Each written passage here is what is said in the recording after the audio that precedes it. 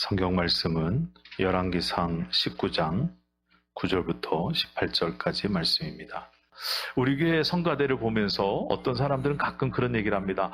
교회 성가대가 좀 이상해요. 그래서 뭐가 이상해요? 그러니까 왜 지휘자가 없어요? 그런 분들이 있었어요. 그리고 또 어떤 분들은 성가대를 보면서 성가대가 가끔 음이 안 맞을 때가 있다고 가끔 음이 안 맞고 화음이 잘 안 됐다가 있다고 좀 그렇다고 그러는 거예요. 그래서 옛날에 어떤 분은 우리 교회 왔을 때 자기가 성가대를 많이 지휘해 봤는데 자기가 성가대를 지휘하고 지대부만 하는 게 되겠냐 이런 분도 있었어요, 옛날에. 그런데 저는 우리 교회 성가대가 너무 좋아요. 우리 교회 성가대가 너무 은혜로워요. 그 이상한 음도 은혜가 돼요. 왜냐하면 얼마나 이걸 부르기 위해서 열심히 했는지, 얼마나 이 찬양을 부르고 싶어 하는지를 제가 알기 때문에 그 자체가 저는 은혜가 돼요.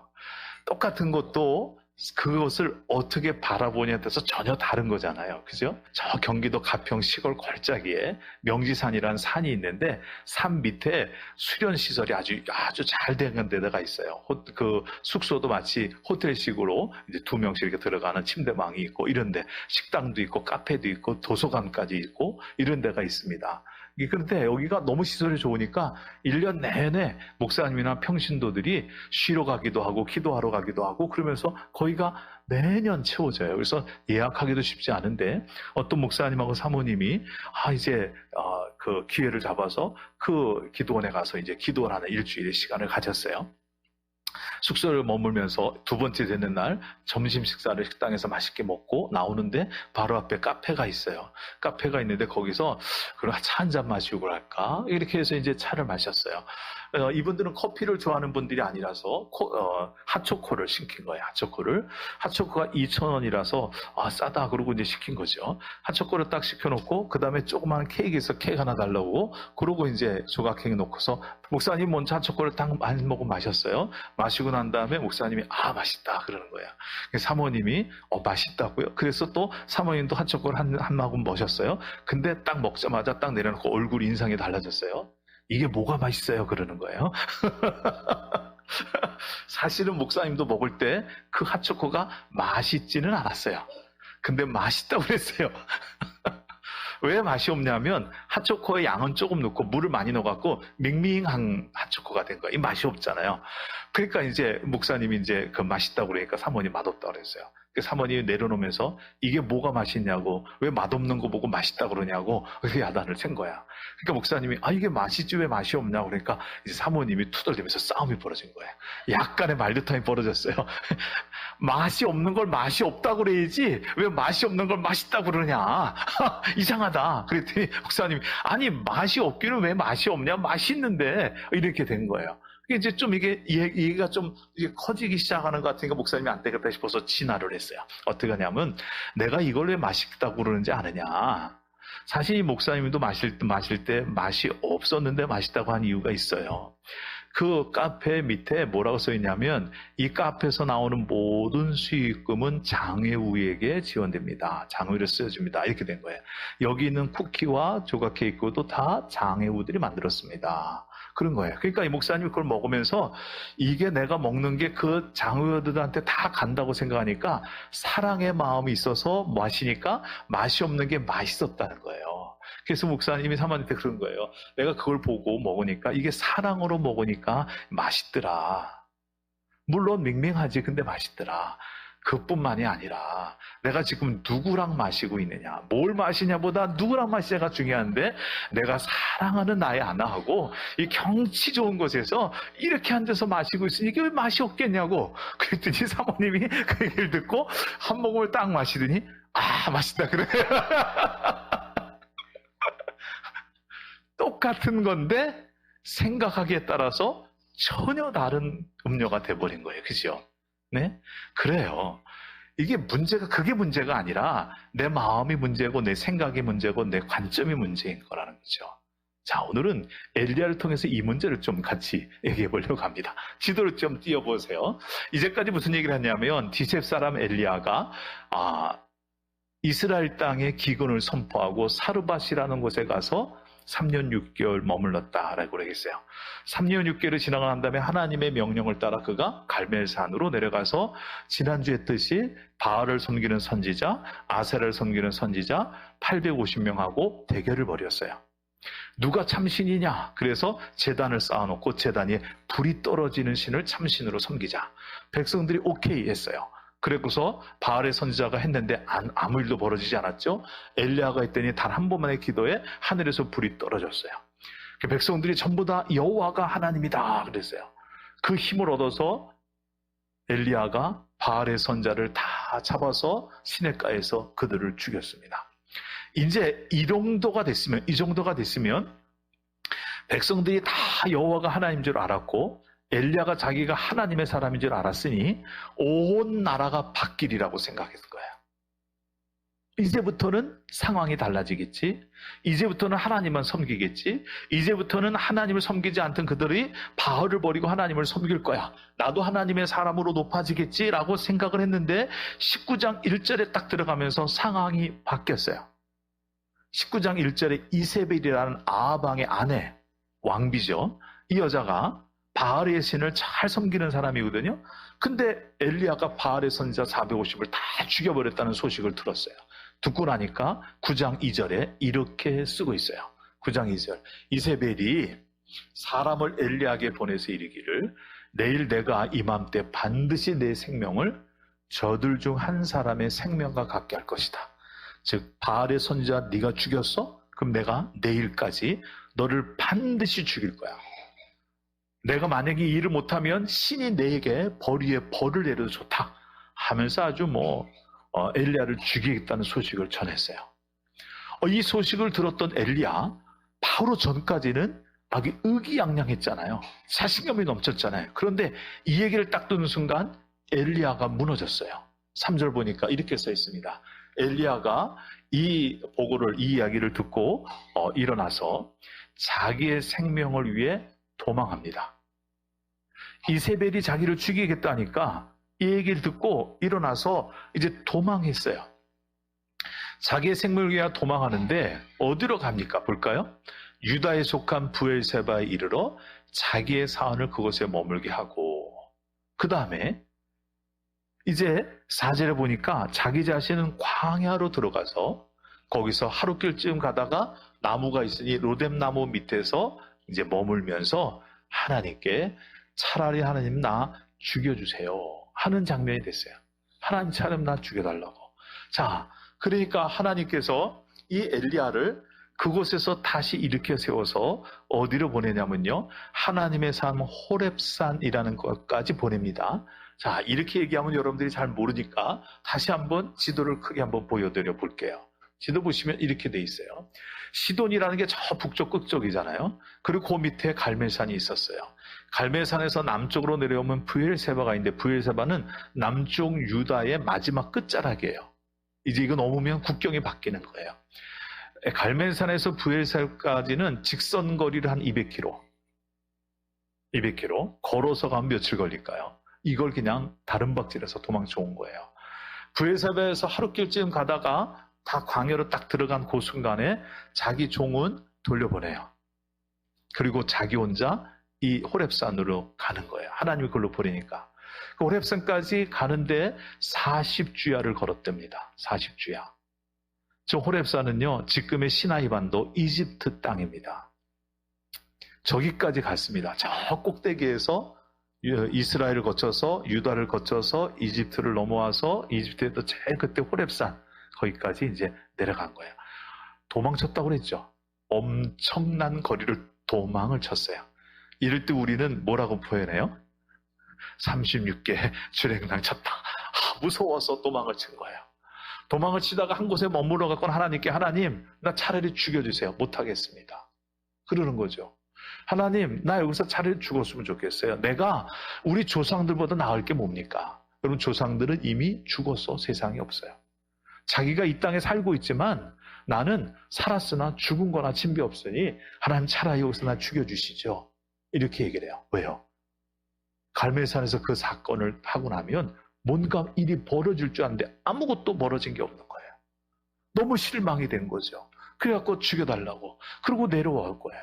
하나님이 죽여달라는 이 엘리야를 일으켜서 천사를 통해서 물을 먹이고 떡을 갖다 주면서 호렙산까지 가게 만들었어요. 호렙산에 가서도요, 엘리야가 산에 있는 동굴로 숨어 들어갔어요. 도망친 거니까 숨었어요. 그러면서 도망쳐서 그 동굴에 숨어 있으니까 하나님이 엘리야에게 묻기 시작을 했어요. 엘리야야, 너 지금 어찌해서 여기 있느냐? 이렇게 물었어요. 다시 말하면, 야, 너 여기서 지금 뭐 하냐? 이렇게 물은 거예요. 왜 여기 와 있어? 여기서 뭐 하고 있어? 그랬더니 엘리야가 이제 핑계를 대면서 하는 얘기가 오늘 읽은 말씀의 10절입니다. 자, 10절 띄워줘 보실래요? 그가 대답하되 내가 만군의 하나님 여호와께 열심히 유별하오니 이는 이스라엘 자손이 주의 언약을 버리고 주의 제단을 헐며 칼로 주의 선지자들을 죽였음이오며 오직 나만 남았거늘 그들이 내 생명을 찾아 빼앗으려 하나이다. 이게 좀 문맥이 잘 안 들어오는데 쉽게 말하면 이런 겁니다. 내가 하나님에 대한 열심을 가지고 내가 사역을 했습니다. 왜냐하면 지금 이 땅에 하나님을 믿는 선지자들을 저 바알을 섬기는 사람들이 다 잡아서 죽이는 그런 상황이기 때문에 내가 이 상황에서 나도 그냥 있을 수 없으니 나는 하나님의 뜻을 따라 열심히, 정말 특별한 열심을 가지고 사역을 했는데 지금 와서 보니 이제 그들이 나까지도 죽이려고 해서 내 생명까지도 빼앗으려고 해서 여기 와 있습니다. 이러는 거예요.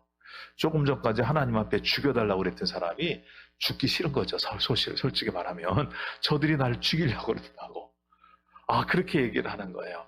자, 11절 보니까 하나님께서 엘리야에게 너 동굴에 있지 말고 동굴 밖으로 나가 서 있어라. 그러니까 하나님이 지나가시는 거예요. 산에 서라 그러니까 하나님이 지나가시는데 처음에 큰 바람이 일어나기 시작했어요. 바람이 얼마나 센지 막 바위가 날아다닐 정도로 그렇게 바람이 부는 거예요. 근데 하나님이 나타나시나 그랬더니 하나님이 안 나타나세요. 조금 있다가 이제 지진이 납니다. 막 지진이 온 땅이 흔들리면서 막 난리가 났어요. 그래서 하나님이 오시나 보다. 또 하나님이 안 와요. 그 다음에 또 산이 막 불이 붙기 시작하고 불이 나기 시작을 하는데 이거 하나님이 안 나오는 거예요. 이 세 가지는요, 모세가 시내산에서 하나님을 만날 때 하나님이 임재하시는 모습에 나타났던 장면들이에요. 하나님이 모세를 만날 때 바람과 지진과 불 가운데 큰 음성을 가지고 나타났거든요. 그런데 이 바람이 있는데도, 그리고 지진이 났는데도, 불이 났는데도 하나님이 안 계신 거예요. 근데 조금 있다가 그게 다 지나고 난 다음에 우리와 같은 큰 소리가 아니고 바람에 실려가는 아주 세미한 소리로 하나님의 음성이 들리기 시작한 거예요. 그러면서 하나님께서 엘리야에게 너 여기서 뭐하냐 또 물으세요. 너 어찌하여 여기 있느냐. 그러니까 또 엘리야가 똑같은 얘기를 해요. 내가 열심히 승심한데 선지자들을 죽였고 이제 저들이 나를 죽이려 한다. 그러니까 하나님이 이제 엘리야에게 이런 얘기를 합니다. 너 이제 일어나서 여기 있지 말고 다메섹이라는 곳을 가라. 다메섹은 아까 지도에서 시돈의 맞은편에 있는 저 북쪽이에요. 거기서 여기까지 가려면 또 수백 킬로를 가야 되는 거예요. 거기 가서, 거기는 아람인의 땅이니까 거기서 하사엘이라는 사람을 만나서 그에게 기름을 부어서 아람의 왕이 되게 하고, 거기서 남쪽으로 내려오면서 이스라엘 땅에 가서 예후라는 사람이 있을 건데, nim시 아들 예후, 이 예후라는 사람에게 기름을 부어서 북이스라엘의 왕이 되게 하고, 또 내려오다가 이제 사밧의 아들 엘리사라는 사람을 만나게 될 텐데, 엘리사를 만나면 그에게 기름을 부어서 너를 대신하여 선지자가 되게 하라. 하사엘이라는 사람의 칼을 피하는 자를 내가 예후를 통해서 죽일 것이고, 예후의 칼을 피하는 자를 내가 엘리사를 통해서 죽일 거다. 하나님의 선지자를 죽였던 자들, 하나님을 업신여기는 자들을 하사엘을 통해서 죽이고, 그것도 안 되면 예후를 통해서 죽이고, 그것도 안 되면 엘리야를 통해서 심판할 테니까 너 가서 해라. 실제로는요, 하사엘을 먼저 기름 부은 게 아니라 엘리사를 제일 처음 먼저 만납니다. 그러면서 이 세 가지를 하러 엘리야가 떠나요. 자, 이 장면의 얘기가 우리에게 알려주는 아주 중요한 교훈이 있습니다. 엘리야라고 하는 사람은요, 갈멜산에서 아주 엄청난 일이 벌어지고 난 다음에 당장 무슨 일이 벌어질 줄 알았어요? 당장 세상이 바뀔 줄 알았어요? 이제 이 정도까지 놀라운 일이 벌어졌으면 사람들이 하나님께 돌아오는 게 맞고, 하나님을 섬기기 위해서 우상을 버리는 게 맞고, 내가 이런 일을 했으니 사람들이 나를 두려워하고 무서워하며 떨면서 나를 높이는 게 맞지. 세상이 바뀔 줄 알았어요? 바뀌는 게 아무것도 벌어지지 않았어요. 오히려 자기를 죽이려고 하는 강한 세력이 나타났어요. 엘리야는 그걸 보면서 한없이 실망했습니다. 한없이 절망합니다. 야, 이게 도대체 뭐야 이게? 이러려면 하나님이 나를 왜 그런 일을 하게 했을까? 이런 일을 했는데 아무 일도 벌어지지 않았다고? 이제 이런 정도까지 했는데 세상이 바뀌지 않는다면 이 세상은 바뀔 수가 없어. 세상에 하나님을 섬기는 선지자 이제 나 하나 남았는데 나머지 죽고 나면 이제 세상은 끝이다. 그러면서 이 엘리야가 너무 실망한 나머지, 너무 낙심한 나머지 하나님 차라리 죽여주세요. 그리고 기진맥진하게 쓰러져 버리고 마는 거예요. 그런데 하나님이 엘리야에게 나타나셔서 지금 말씀하고 있죠. 너 여기서 뭐하냐? 그러면서 하나님이 세 가지를 보이셨잖아요. 바람 속에도, 지진 속에도, 풀 속에도 하나님이 없다고. 엘리야가 기대하는 게 그거거든요. 바람 같은 하나님의 역사, 불 같은 하나님의 역사, 지진 같은 하나님의 역사, 그거를 하나님이 행하셔서 이 땅을 그렇게 강력하게 바꾸기를 원하는 것이 엘리야의 기대인데, 하나님은 그런 것 가운데 나타나지 않고 세미한 음성 가운데 나타나서 해야 할 일을 알려주셨어요. 하나님이 엘리야에게 뭘 도전하고 계신가요? 엘리야가 절망하고 실망하고 있는데 하나님은 엘리야에게 이렇게 묻는 것 같아요. 너 왜 실망하니? 너 왜 낙심하고 있어? 네가 낙심하는 이유는 갈멜산의 그 사건을 봐서 그렇다. 내가 낙심하는 이유는 그 사건 뒤에 이세벨이라는 여자를 봐서 그렇다. 너 왜 그 상황과 그 현실과 그 사람은 바라보면서 너는 왜 나는 안 바라보냐? 하나님 이거 묻고 계신 거예요. 너 네가 생각하고 네가 원하는 대로, 네가 바라고 기대하는 대로 무슨 일이 벌어지기를 원했는데 그거 벌어지지 않아서 너 지금 화를 내고 있는 거지. 그런데 야, 그건 네가 기대하던 거잖아. 네가 원하는 일이잖아. 내가 어떻게 일할지 너는 왜 생각하지 않아?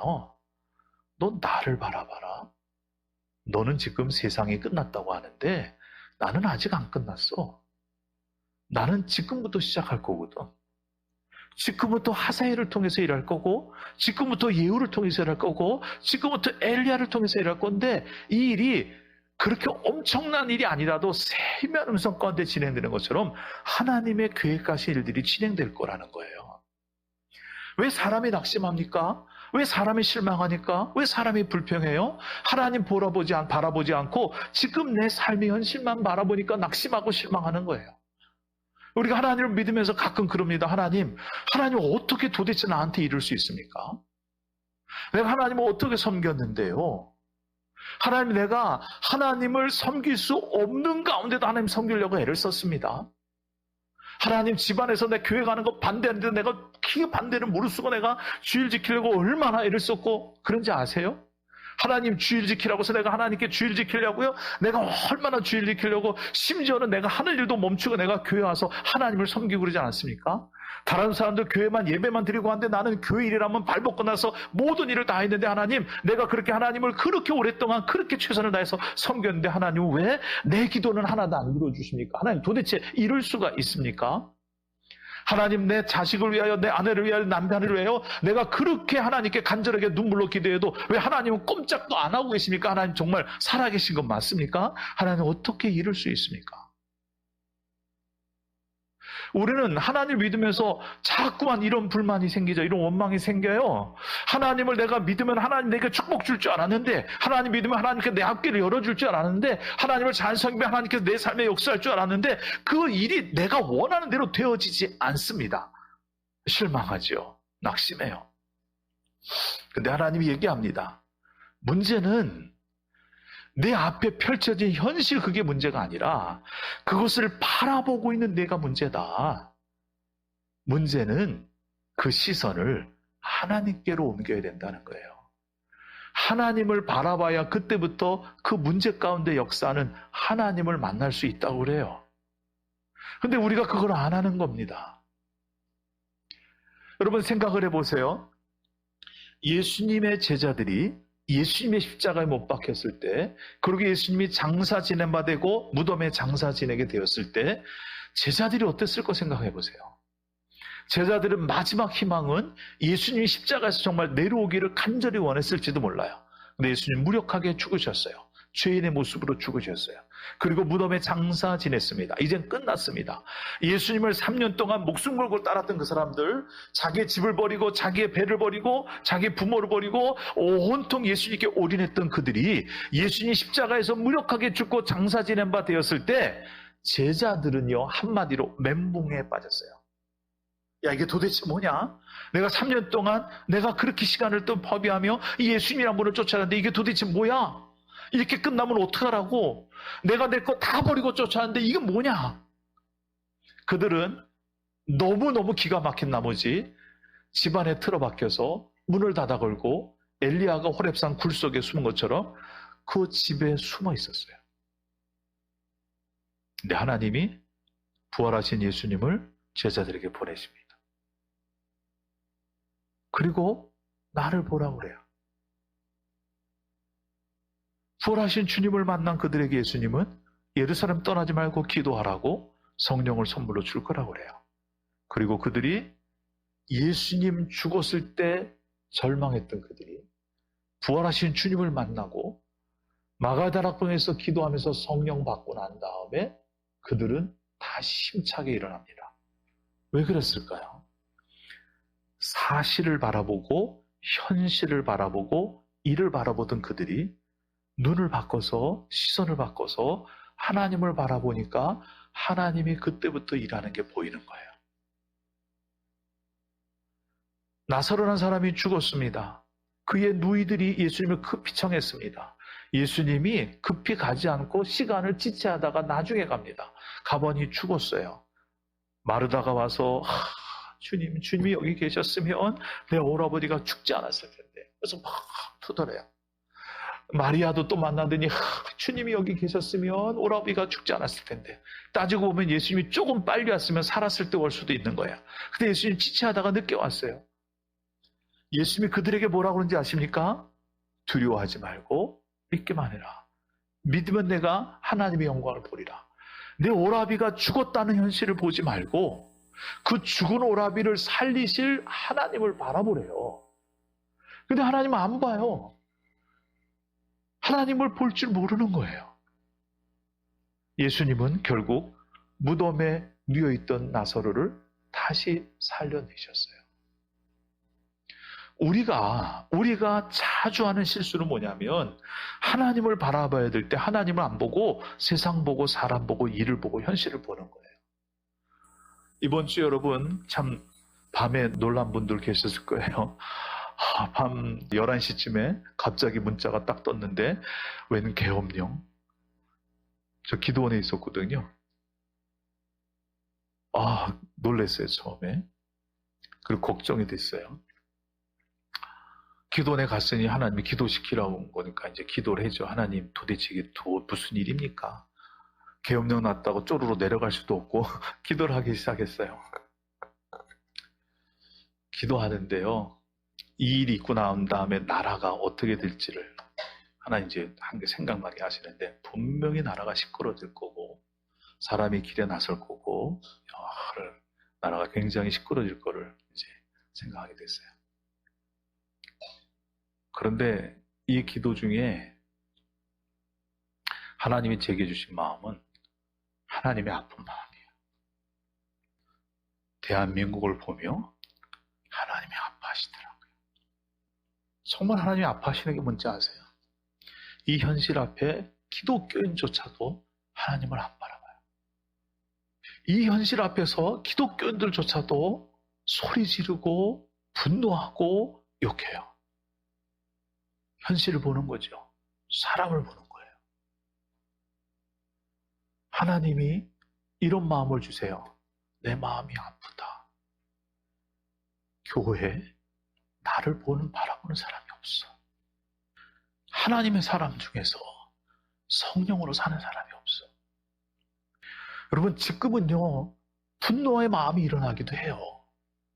소리치고 싶죠.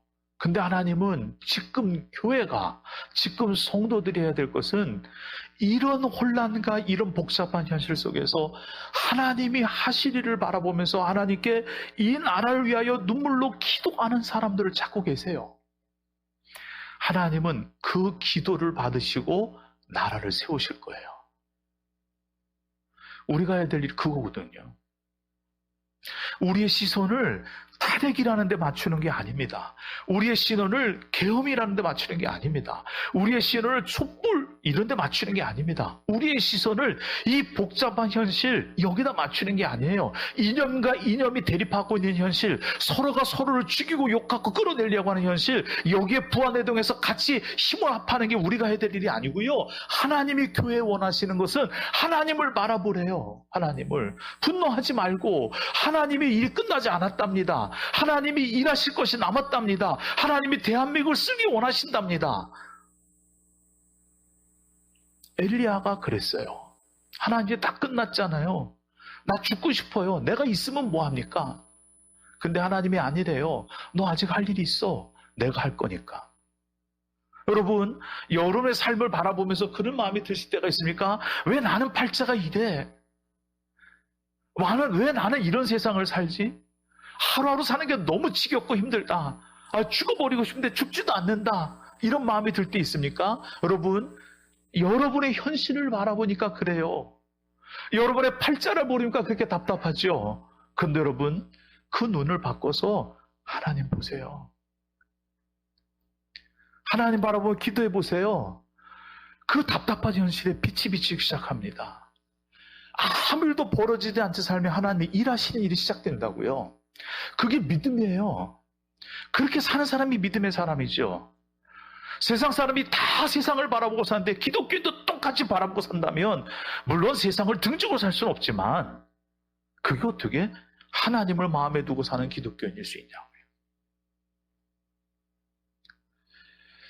그래서 기도원에 올라가서 두 번째 되는 날 이게 터진 다음에 그냥 성경을 계속 읽고 기도하고 그러는데 눈물이 계속 나서 혼났네요. 엘리야가 실망한 이유는 하나님을 바라보는 눈이 아닌 자기의 기대를 보고 가지고 세상을 바라보는 눈 때문이었어요. 그러니까 실망하고 분노해요. 여러분의 삶을 여러분들이 그런 눈으로 바라보면 여러분의 삶은 하나도 바뀌는 게 없을 겁니다. 그러나 그렇게 답답하고 그렇게 속상하고 그렇게 화가 나는 현실 속에서 눈을 하나님께로 돌리면서 하나님께 기도하기 시작하면 하나님이 일하실 때 바뀌지 않던 삶이 바뀝니다. 바뀌지 않던 남편과 아내와 자식들이 바뀝니다. 바뀌지 않던 내 삶의 주변이 바뀔 겁니다. 그게 믿음으로 사는 자에게 나타나는 하나님의 역사입니다. 하나님은 오늘 우리에게 너의 시선, 그것이 문제다. 그걸 바꿔야 내가 일한다. 실망하지 마로. 너를 위해서 내가 7,000명을 남겨둘 테니까 너 혼자가 아니야.